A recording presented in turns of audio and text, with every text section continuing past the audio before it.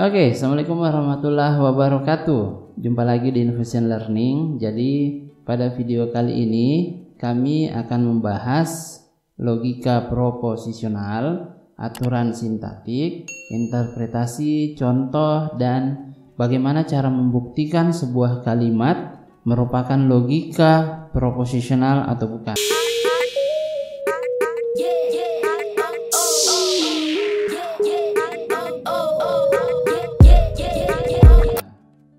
Oke, sebelum kita jauh membahas, jadi yang pertama kita harus ketahui adalah apa itu logika proposisi. Oke, jadi logika proposisi ini kan terdiri dari dua buah suku kata. Yang pertama adalah logika, yang kedua adalah proposisi. Nah, logika ini diadaptasi atau berasal dari bahasa Yunani ya. Kalau tidak salah itu dari kata logos, yang artinya akal budi atau akal sehat. Jadi secara bahasa dapat diartikan bahwa logika adalah sebuah proses berpikir dengan menggunakan akal budi. Jadi orang yang tidak bisa berlogika itu bisa jadi akal budinya sudah hilang. Nah, itu ya. Oke, yang kedua adalah proposisi. Nah, proposisi ini adalah kalimat deklaratif. Apa itu kalimat deklaratif? Jadi kalimat yang berisi berita atau informasi itu adalah kalimat deklaratif.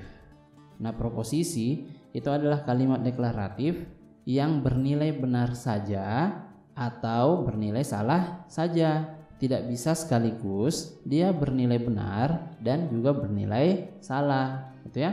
Jadi tidak boleh abu-abu, harus jelas hitam atau putih. Tidak boleh bingung, harus jelas ke kiri atau ke kanan, tidak ada pilihan lurus gitu. Nah, contoh apa contoh proposisi? Oke, jadi kalau misal ada statement ya, ada pernyataan atau kalimat seperti ini, matahari terbit dari barat, itu proposisi atau bukan? Jawabannya iya. Kenapa?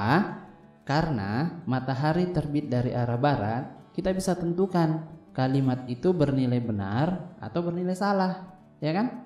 Nah, matahari terbit dari arah barat, benar atau salah? Jawabannya salah.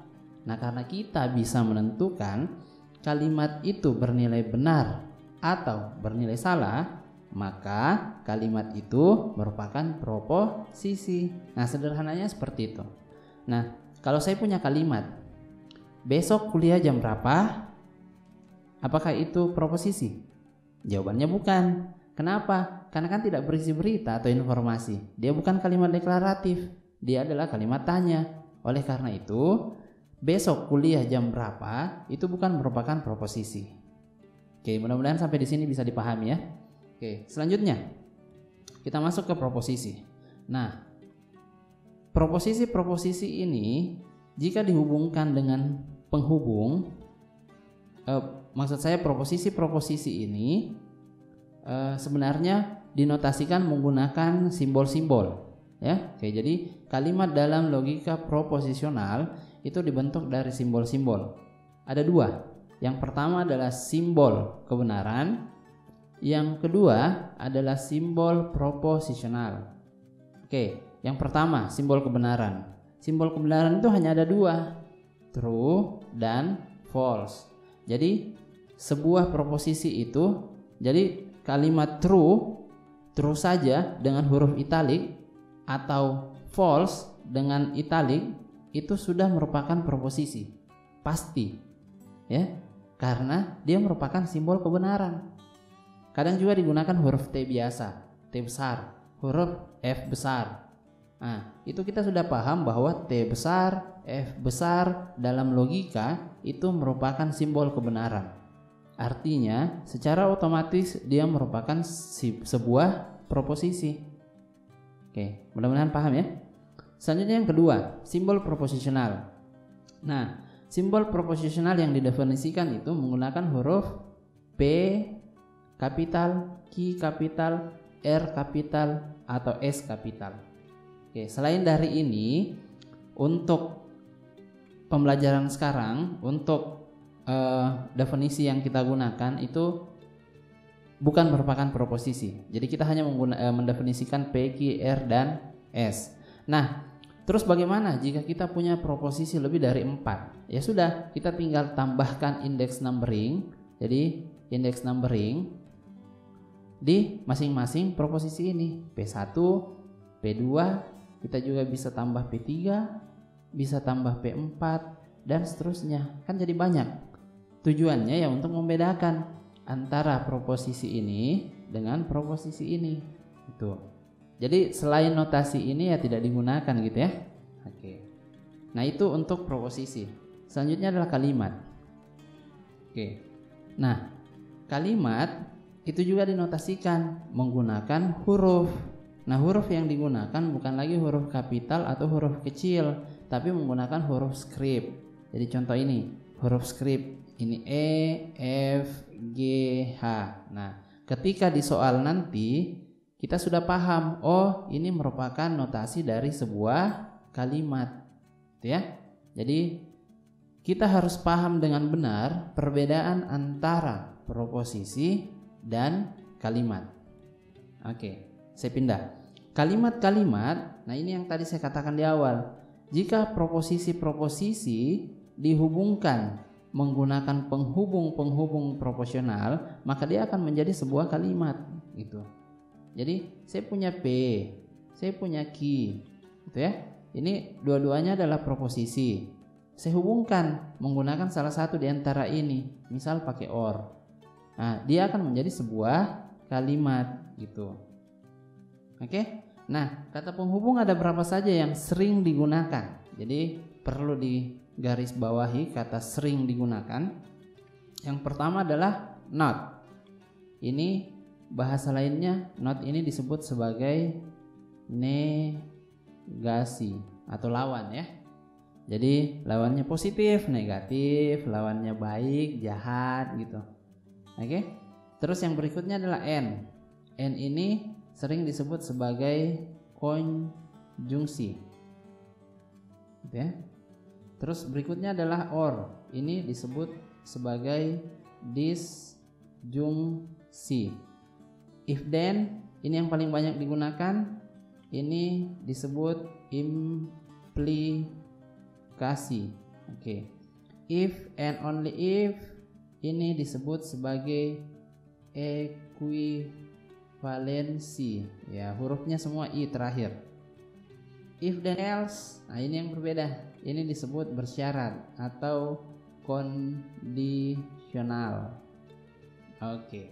Jadi harus dipahami ya. Negasi itu not, konjungsi itu and atau bahasa Indonesianya dan, disjungsi itu or atau bahasa Indonesianya atau, if then itu implikasi, bahasa Indonesianya jika sesuatu maka sesuatu, ekuivalensi itu if and only if, jika dan hanya jika, kondisional atau bersyarat itu if then else, jika ini maka ini, selain itu ya ini, gitu ya. Oke.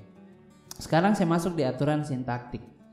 Aturan ini paling banyak digunakan atau harus dipahami ketika kita membuktikan sebuah kalimat itu merupakan logika proposisi atau bukan.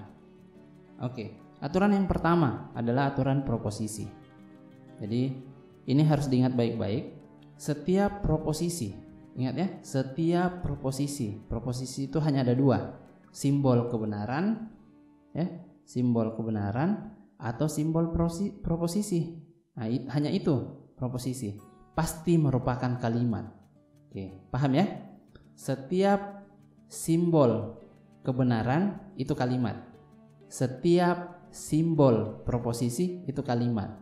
Jadi T itu kalimat, P itu kalimat, Q itu kalimat, F itu kalimat, T dari true, F dari false, P, Q, R atau S juga kalimat. Tambah notasi indeks, tambah indeks juga kalimat. Paham ya? Kapan proposisi menjadi kalimat? Oke, aturan yang pertama. Sekarang aturan yang kedua. Ini namanya aturan negasi. Oke. Apabila G adalah kalimat, oke, kita sudah tidak menggunakan proposisi, tapi kita menggunakan kalimat. diketahui bahwa G itu adalah sebuah kalimat, maka negasinya atau lawannya yaitu not G itu juga pasti merupakan kalimat. Itulah yang dikatakan sebagai aturan negasi. Kalau H kalimat, lawannya juga pasti kalimat. Oke, jelas ya? Berikutnya adalah aturan konjungsi. Nah, jadi aturan sintaktik ini berkaitan dengan penghubung-penghubung proposisional yang tadi, yang negasi, konjungsi, disjungsi, implikasi, ekivalensi, kondisional. Nah, sekarang aturan konjungsi. Kita punya dua buah kalimat G dan kalimat H. Oke, konjungsinya itu dalam kurung G dan H, ini konjungsinya. Nah, jika ini adalah kalimat gitu ya, terus ini juga adalah kalimat, maka otomatis konjungsinya juga adalah kalimat. Nah, hal ini akan berlaku untuk konjungsi, disjungsi, implikasi, ekivalensi maupun kondisional. Jadi jika masing-masing merupakan kalimat, maka disjungsinya, implikasinya, biimplikasinya, kondisionalnya juga pasti kalimat. Mudah-mudahan paham. Nah, apa tujuannya? Oke, tujuannya seperti ini. Kita menemukan sebuah soal atau pertanyaan. Apakah kalimat, ini kan kalimat true, ini adalah kalimat logika proposisional. Jadi kan banyak kalimat. Tapi pertanyaannya, apakah kalimat ini merupakan kalimat logika proposisional atau bukan? Jawabannya ya. Kenapa? Ingat kembali, true ini kan dicetak miring ya. Karena true ini dicetak miring, maka dia adalah simbol kebenaran. Oke. Masih ingat aturan proposisi? Aturan proposisi ya. Apa aturan proposisi? Simbol kebenaran, simbol proposisi pasti merupakan kalimat. Karena ini adalah kalimat proposisi maksud saya, maka otomatis G ini juga adalah kalimat logika proposisi. Maka jawabannya ya. Itu. Ada pertanyaan? Oke, lanjut. Supaya paham, saya berikan contoh kedua. Oke. Apakah kalimat G? Kalimat G ini ekspresinya if P dan if Q dan R merupakan kalimat logika proposisional? Tanda tanya. Oke, jawabannya iya. Kenapa? Ini buktinya. Yang pertama, ekspresi ini if P dan Q dan R kita rubah menjadi if P dan dalam kurung. Oke? Jadi if P dan if Q dan R itu kita tulis ulang menjadi bentuk if P dan dalam kurung if Q dan R. Artinya kita punya klausa P dan klausa then. Ya?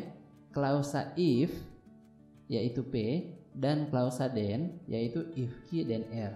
Oke, sampai di sini dulu. Nah, klausa kita fokus ke sini sekarang.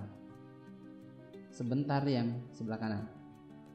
Klausa if P ini merupakan simbol proposisional. Ingat, P adalah simbol proposisional. Sehingga menurut aturan proposisi, klausa if P juga merupakan kalimat. Oke, sekarang kita sudah punya. Ini adalah kalimat. Gitu ya. Sekarang ini yang harus dicari. Apakah ini juga kalimat? Oke, kita pindah ke langkah berikutnya. Perhatikan klausa then. Klausa then itu yang mana? If Q dan R. Nah, if Q dan R ini memiliki bentuk if then, di mana klausa if-nya adalah Q dan klausa then-nya adalah R. Sampai di sini mudah-mudahan paham. Nah, Q dan R ini itu kan juga merupakan simbol proposisi. Artinya Q dan R ini pasti merupakan kalimat. Nah, karena ki dan r merupakan kalimat, ini kan implikasi. Maka menurut aturan implikasi, if ki dan r juga merupakan kalimat. Oke. Nah, klausa if-nya kita sudah tahu kalimat, ini juga kita sudah tahu kalimat. Ya sudah, kita simpulkan. Ya. Karena P adalah kalimat, if Q dan R juga adalah kalimat, lagi-lagi menggunakan aturan implikasi, maka kita bisa menemukan bahwa dia adalah kalimat. Logika proposisional. Selesai. Begitu cara membuktikannya. Oke, biar paham. Ini sebagai bahan diskusi. Buktikan bahwa ekspresi G not Q or R and not R itu merupakan kalimat logika proposisional. Selamat bekerja.